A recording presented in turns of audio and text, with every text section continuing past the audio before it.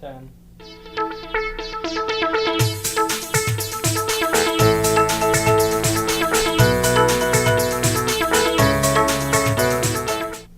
Hello, I'm Roberta Winters, President of the League of Women Voters of Radnor Township. This is an exciting time for us as we embark on our centennial year. Did you know that in 2020 we will be celebrating the 100th year of the passage of the 19th Amendment?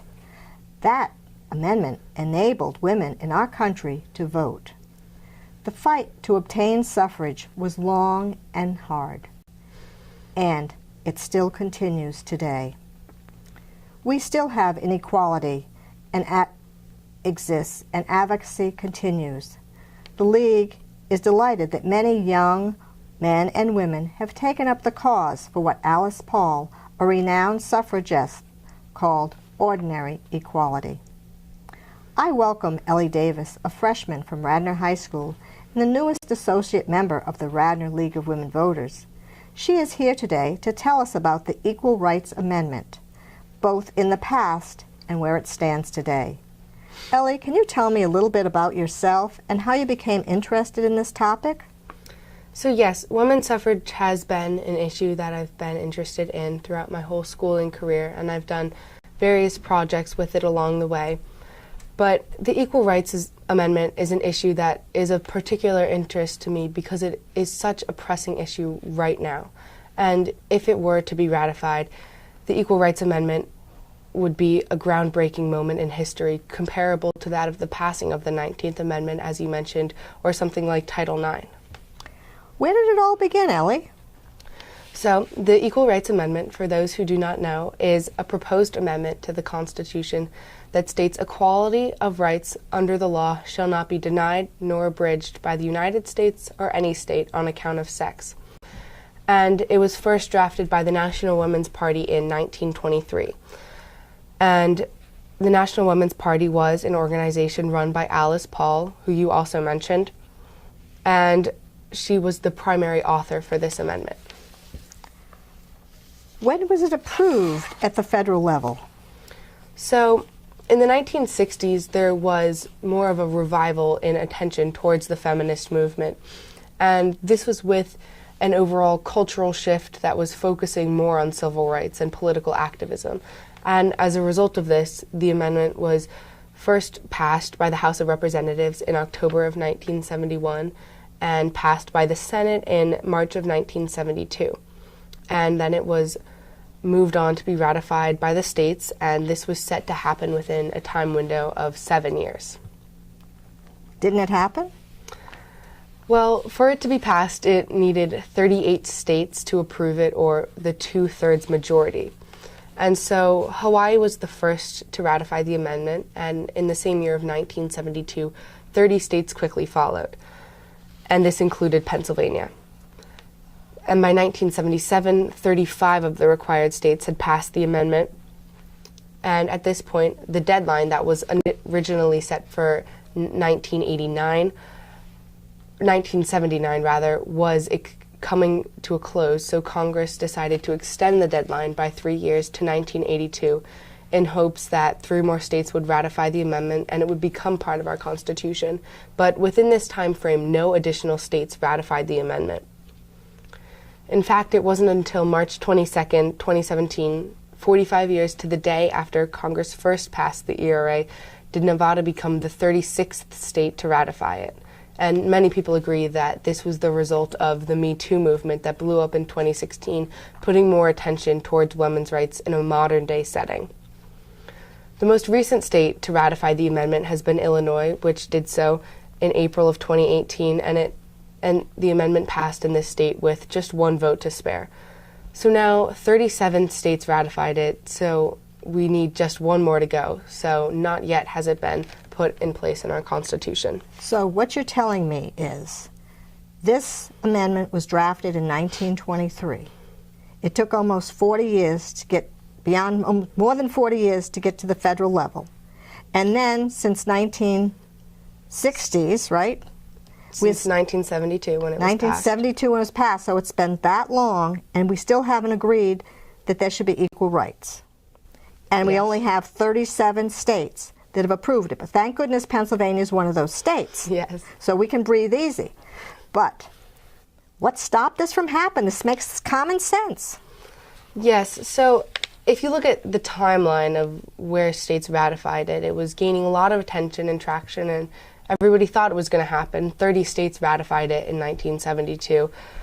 But after 1977, support for the ERA came to an abrupt halt for more than 40 years. But there's a reason for this, because after the first 30 states approved the amendment, there was a backlash against it stemming from politically conservative organizations. And Phyllis Schlafly is probably one of the most famous anti-ERA advocates. And in 1972, she founded the Stop ERA organization, which is an acronym for Stop Taking Our Privileges.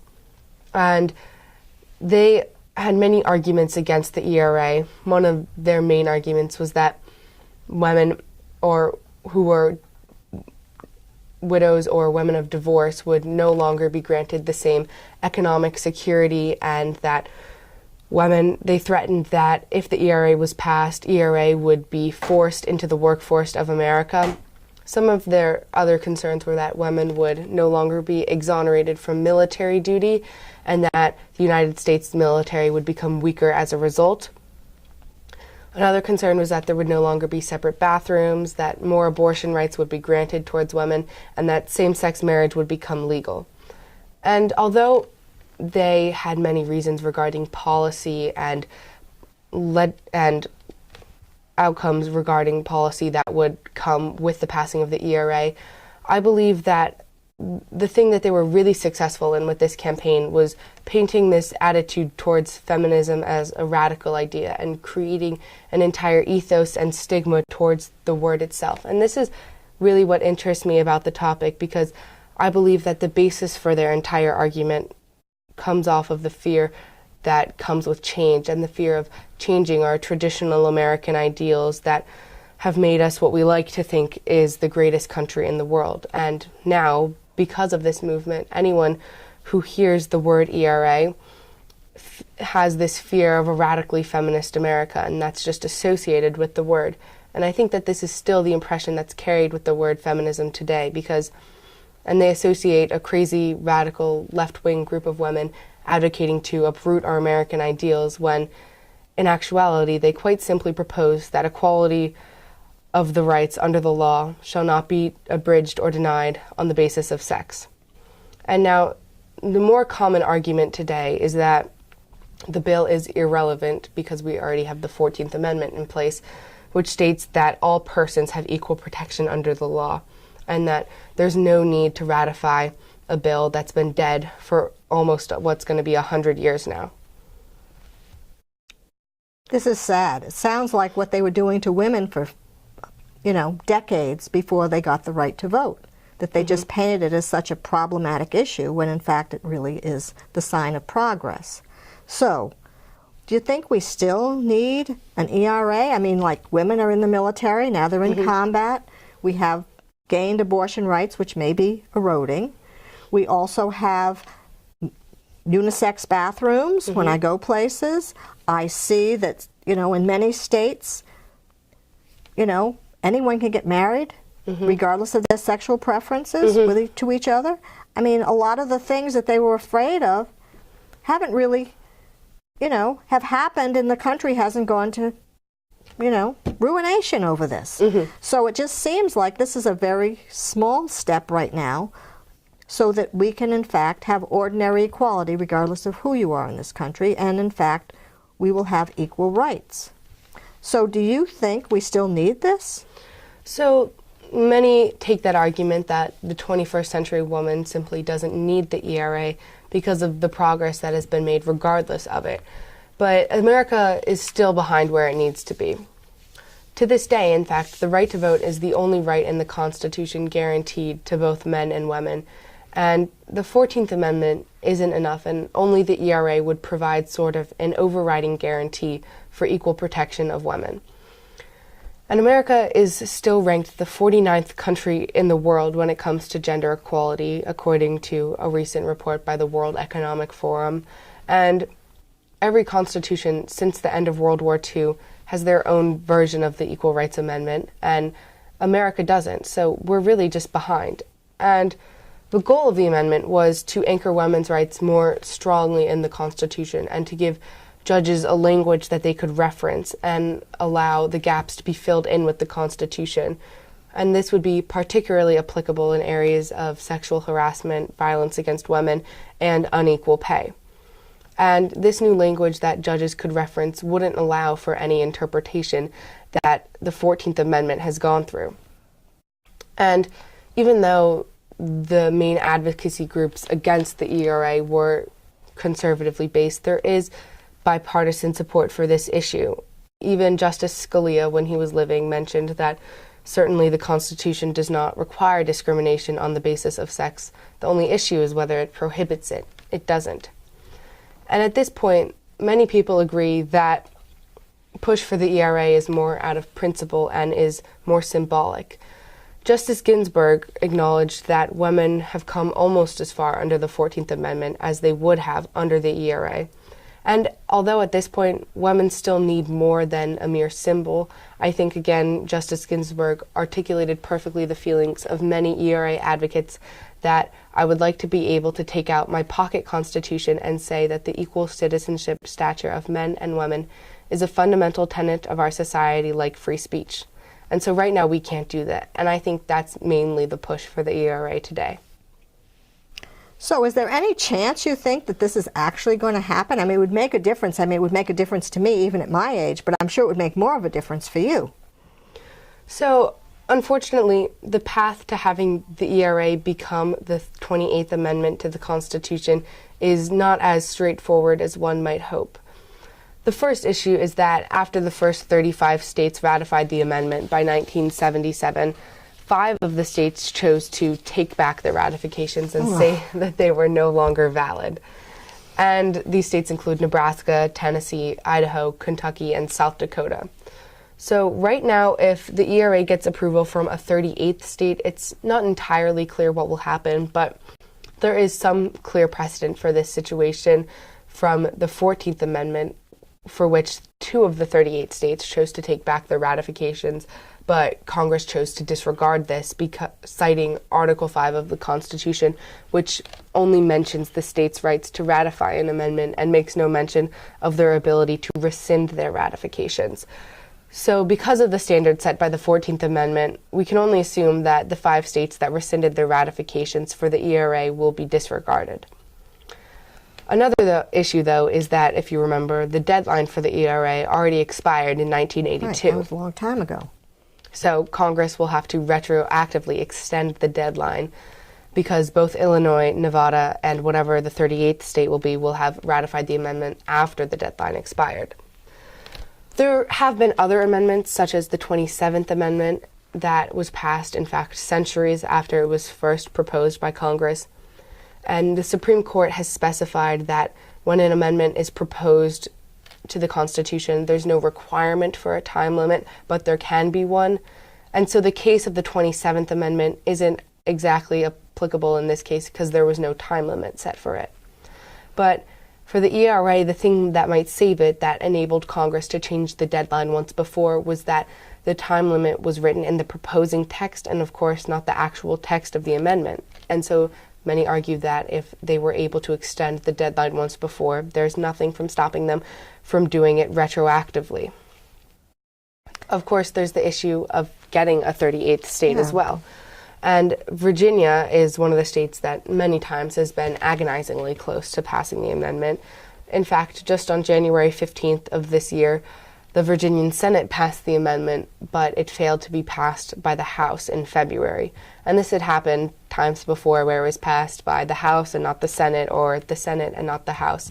And so now ERA supporters look to states, in fact, particularly Arizona and Georgia, where it's a serious possibility of passing, but for this to happen, they really need to see support from residents contacting their representatives and showing that the public really supports this bill and it's on their priority list. So, we've come a long way, but we've not reached the finish line. No. And even if we reach the finish line, there may be some unintended hurdles we have to jump over in terms of changing the time limits and so forth and so on, extending those things. So if I live in Pennsylvania and I know as a league member that Pennsylvania supported the Equal Rights Amendment decades ago, is there something I can actually do that might help make this move forward? Because there's only one more state we need. So before I get to that, I'd just like to emphasize, just in these past few weeks, the Equal Rights Amendment has been getting more attention than it has in decades. In fact, on April 30th, on Tuesday of a few weeks ago, for the first time in 30 years, there was a congressional hearing about the Equal Rights Amendment. And it's also very important with the upcoming presidential 2020 elections. And if there's a particular candidate, if this is an issue that's really important to you, particular candidates have expressed their support for the ERA. But right now, the most important thing is that the legislators of states like Georgia and Arizona hear the support from the ERA from residents. So if you know anyone in these two states, make sure that they are registered to vote and they are talking with their representatives about the issue. So in other words, if my grandmother's moved to Arizona or my cousin's in Georgia, I get on the phone or I email them or I write them a letter and tell them that's important that make sure they register to vote and to get to their elected officials. Yes. And let them know that the Equal Rights Amendment is something that's important to them and tell them why it's important. And it's important so we have basically ordinary equality. And that would mean under the law, as opposed to just an interpretation of another amendment, that it's going to be clear and straightforward so that it won't be open to... There will be an overriding guarantee for equal protection for women. Under the law, overriding protection. So we would have equal pay for equal jobs, things like that. It would be easier to put those in place because it would give judges a secure language that they could reference. So for those people who saw those movies about Justice Ginsburg, this is what she has worked for all her life, as Alice Paul worked for a lot of her life, and as you are working for, and the League is working for as well, to make sure that we have the kinds of laws that make equality a part of the law, and not just a wish. So, I'd like to thank you, Ellie, because I've learned a lot today. Is there anything you'd want to add that I left out? No, I think that's everything. Well, you certainly covered the topic to a T. So, we appreciate your time that you spent with us today and your expertise, because I've really learned a lot, and I'm sure our audience did as well. I would also like to thank Radnor Studio 21 for their ongoing service to our community to help others be informed by people like you. And I would also like our audience for tuning in to this important message about our Equal Rights Amendment. As you know, the League of Women Voters is open to both men and women. We even have free membership available to students through graduate school during this centennial celebration. So we hope you would go to our website, theleagueofwomenvoters.org, to find out more about our efforts to help promote good government and civic participation. Democracy is not a spectator sport. Please get involved, support the Equal Rights Amendment, and make a difference for your children and their grandchildren. Thank you. Thank you.